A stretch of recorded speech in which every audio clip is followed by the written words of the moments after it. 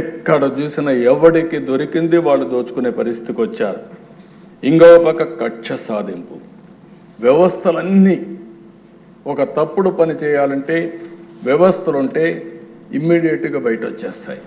కాబట్టి వ్యవస్థనే నాశనం చేస్తే మనం అందులో ఏం చేసినా మనకేమీ తెలియదనే ఉద్దేశంతో అన్ని వ్యవస్థలు నాశనం చేశారు. ప్రజాధనాన్ని దుబారా చేసే పరిస్థితికి వచ్చారు. వ్యవస్థల దిశ మొత్తం నిర్వీర్యం అయిపోయినాయి. మామూలు 1-2 వ్యవస్థలు కాదు, అన్ని వ్యవస్థలు నిర్వీర్యమైపోయే పరిస్థితి వచ్చింది.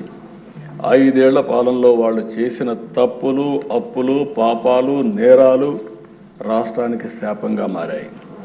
ఆ రంగం ఈ రంగం అని కాదు, ఏ శాఖలో చూసినా సర్వం అస్తవ్యస్తం చేశారు.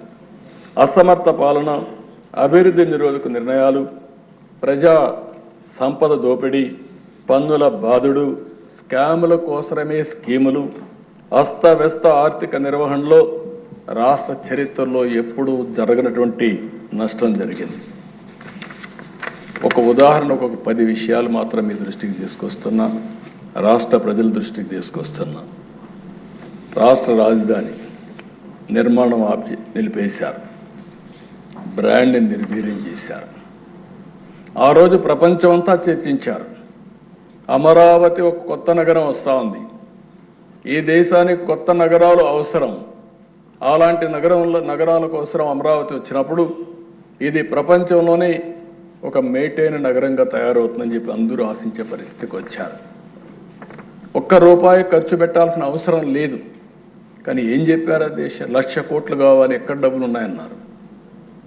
నేను ఆ రోజు కూడా చెప్పాను, ఈ ప్రాజెక్టు డబ్బుల కంటే కూడా సెల్ఫ్ ఫైనాన్సింగ్ ప్రాజెక్ట్ ఇది.